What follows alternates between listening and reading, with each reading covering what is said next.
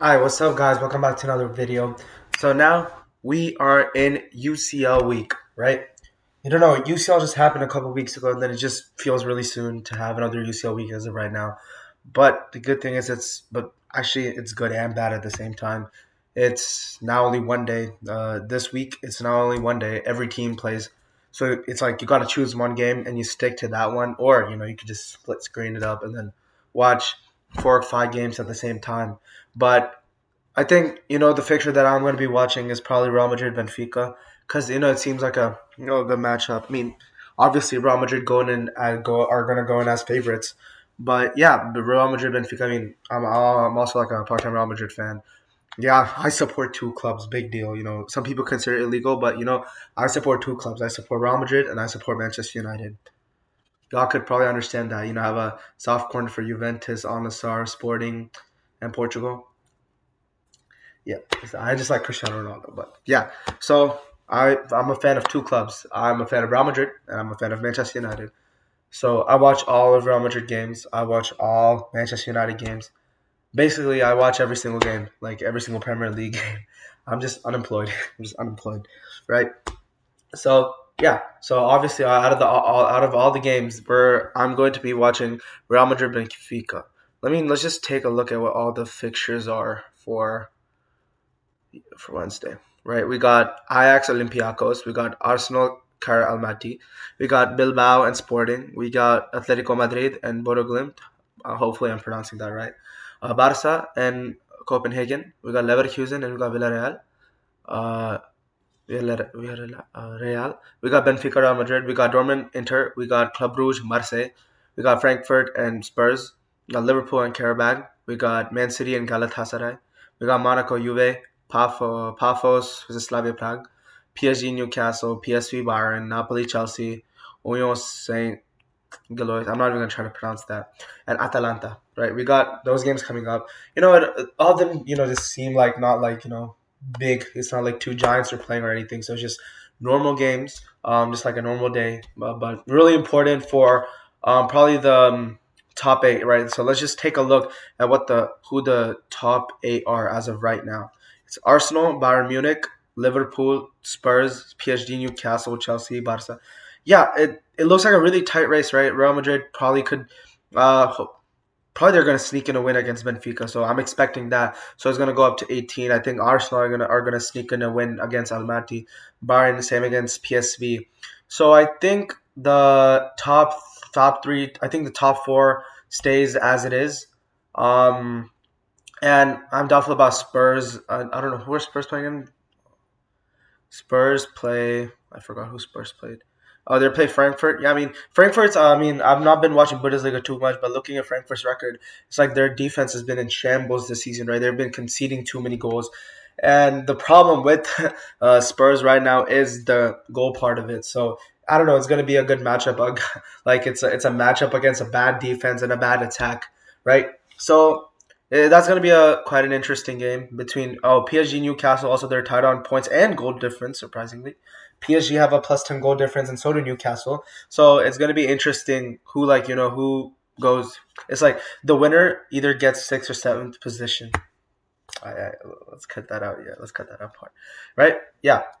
But as you can see, Barca, Sporting, Man City, Atletico Madrid, and Atalanta, they're all on the same number of points. So they're trying to close in on top eight as well. So it kind of looks like Barcelona might sneak in to top eight. Just hoping, just on goal difference, hoping that Chelsea, they don't. If Chelsea do end up winning, they don't win by a huge margin, or even PSG, Newcastle. They should just hope that these teams don't win by a huge margin, and they could probably sneak in a win and then get into the top eight. So yeah, I mean, if this does continue, if this does continue, right? If the table is however it is right now, the matchup would be between Barca and Arsenal. That would be a um. It would look like it would. I think it would look like it would be against Barca and Arsenal, right? That would be an amazing fixture, right? Against a really attacking team. They have a high line. I mean, attacking wise, Arsenal do kind of have a high line, but with the low block. But it'll be an interesting matchup, right? With one of the best defenses in Europe, with again against one of the best attacks in Europe. So that'll be a really good matchup if this table does stay the way it is. But Barca are missing Pedri right now. He's like a glue to their team. Yeah, they'll miss the services of Pedri, and hopefully, I think the table stays as the way it is. I don't want Barca in the top eight as a Real Madrid fan, right? So yeah, let's talk about Real Madrid Benfica. After Xabi Alonso got sacked, I personally, as a Real Madrid fan, prior to what I was seeing in Albacete and everything, I actually wanted Xabi Alonso to get sacked, right? So one thing I was thinking was that I was really buying what Xabi Alonso was doing. We had a good record. He had a decent record at Real Madrid, but I felt like he didn't understand the club fully enough. He didn't understand how the club should be playing football, right? Even though Real Madrid had many injuries, I don't think it's the type of team that should be losing to Celta Vigo 2-0 at home, right? We should be beating teams like Celta Vigo. We should be winning against relegation teams by a good enough margin, by like scrapping about 2-1 or 3-1 wins, even though we're having half our team injured. I think Real Madrid still has the quality to scrap wins away from those kinds of teams, and they didn't capitalize on any of those fixtures. At one point of time, Real Madrid were ahead of Barcelona. They were on top of the league, leading by 5 points. Barcelona were second, but Real Madrid couldn't capitalize on that. They had a run of easy fixtures, right? But they still couldn't capitalize on that, even though they won the El Clasico 2-1, right? So I wasn't really buying into what Xabi Alonso was doing, the way he used Arda Güler, right? Most of the times, Arda Güler was playing so deep, like in the Copa de España final, the game that Real Madrid lost 3-2. Arda, when he came on, he was basically playing as like a center back or a defensive midfielder. Like the way he was using Arda, even though Arda created many chances throughout the whole season. I think the way he just used Arda, the way he just exploited his tactics, right? I don't think they really worked. Even in the midfield, right? The midfield was, I think, even until prior to the Barcelona game, the Camavinga, Chouameni, Bellingham midfield, even though it had its own problems in terms of tempo control, just holding possession, I think they did a decent enough job. But then Xabi Alonso, what did he decide to do in the El Clasico final? He played Asensio at right back, and then he played Chouameni as a center back. Just leaving space for two midfielders as Camavinga and Bellingham. And Bellingham and Camavinga is also like a very attacking mindset in midfielder, and so is Bellingham. So I thought they weren't complementing each other whatsoever, right? So I think in a tactical point of view, he tried his best. He fixed Ramage's defense by a lot, but then the results weren't just showing. I don't think we would be talking about Xabi Alonso like this if he had just won more games, if he hadn't drawn to the likes of Girona, or if he hadn't lost to the likes of Celta Vigo, right? We wouldn't be talking about Xabi Alonso like this. I mean, people are flaming for Real Madrid for losing against Albacete 3-2, but let's not forget that prior to that, I think Cavaleras, I forgot the name of the team. We scraped a win 3-2 against them. Mbappe scoring those two goals. The first goal was very lucky, went through the goalkeeper's hands basically. So let's not forget the fact that we almost did lose a game against Cavaleras 3-2. We almost lost them. We almost lost that game. We got lucky, right, with the Lunin save. And against Olympiacos, we won that game 4-3. A game that we should be, getting a 2-0 victory, or like 3-1 victory, letting them score a goal. Like, it should be wins that have good enough margins, right? But I don't think Real Madrid or Xabi Alonso were capitalizing on those situations. So what I felt like Xabi Alonso just got a lot of things wrong. Everything. I mean, of course, there's a lot of player power also going on at Real Madrid. Vinny likes of Vinny Jr. and Mbappe having a higher hand at the club than the manager should be having, Xabi Alonso, right? But the thing is, when you have players like Mbappe and Vinny, when you have such quality in your team, you should be building your team around that players. Like, what is Arbeloa doing? To be honest, he's playing no nonsense football, right? The pressing, everything. Yeah, I get it, but one of the most important things that he's doing is he's not focusing on possessional play like Xabi Alonso was doing, right? Xabi Alonso has unique type of midfielders where they're like, yeah, let's get the ball, boom, boom, boom. Let's get into the other side, let's get into their box, goal. Those are the kinds of midfielders that Real Madrid have. But Xabi Alonso's tactics, I think they were more reliant on possession, holding possession of the ball, and then that kind of tactics are not what complement Real Madrid's players. I mean, of course, the players should be listening to their manager and following their tactics, but at a club like Real Madrid, Xabi Alonso should be understanding that egos, of course, are going to be high. So he has to adapt his thing according to the players, even though that's something that should not be how a football institution should be running. I think that's he has to adapt to the situations. I think that's what Arbeloa is doing. He's doing a really good job. He's playing no nonsense football, right? We have counter-attacking mindset players. Let's just do the same thing. Let's have a firm defense, and let's just start play from the back, and then counter-attacking football. We saw against Monaco, like in a by just stringing three passes, the ball was onto their box. Or even against Villarreal, they were stringing like two, three passes, and boom, the ball was on the other side. But against Xabi Alonso, I remember it was a struggle just to get the ball into the box, right? There was just too much going on. There was just too much going on when Alonso was the manager. But I think Arbeloa is doing a really good job of just managing his players to make surrounding the team around like making Mbappe and Vinny the main guys of the team. And we see Vinny, playing really good football under this, right? So it's no nonsense tactics, pressing high up, receiving the ball very high up onto the pitch, just playing counter attacking football, boom, boom, boom, goal. There's this is literally no nonsense football. This is literally counter attacking football, and this is what Real Madrid is. Real Madrid is never a team that is like tactics. This is how we should be playing. Like it's not like that, right? It's counter attacking football. The watching Real Madrid should just be like pleasing, right? Okay, yeah, they're good. They're stringing good passes and they're playing 1-2s. They're just stringing good passes. The ball's on the other side. Boom, goal. Moments of individual brilliance or just moments of 1-2s, just playing good counter-attacking football that's pleasing to the eye. That is what the kind of football Real Madrid play. That's the Real Madrid DNA essentially, right? So I think Arbeloa did a great job just just sticking to the basics. Let's play around the players that score goals that are like the main guys of the team. Let's surround the team around that, and then let's just keep a balanced defense. Like Asens, I mean Dean Howson, even though I've been very critical of him this season, he's against Villarreal. I thought it was pretty decent with Raul Asensio. Raul Asensio deserves the flower he needs, right? Eder Militao, he got injured in forever ago. And everyone thought Housen should be the guy that steps up because he is the big money defender signing that we made this season. I think we bought him around for 60 million from Bournemouth. But Dean Housen was also consistently injured. But then that's when Raul Asensio came up. He was like, this is my club. I'm from the academy. I'm a homegrown talent.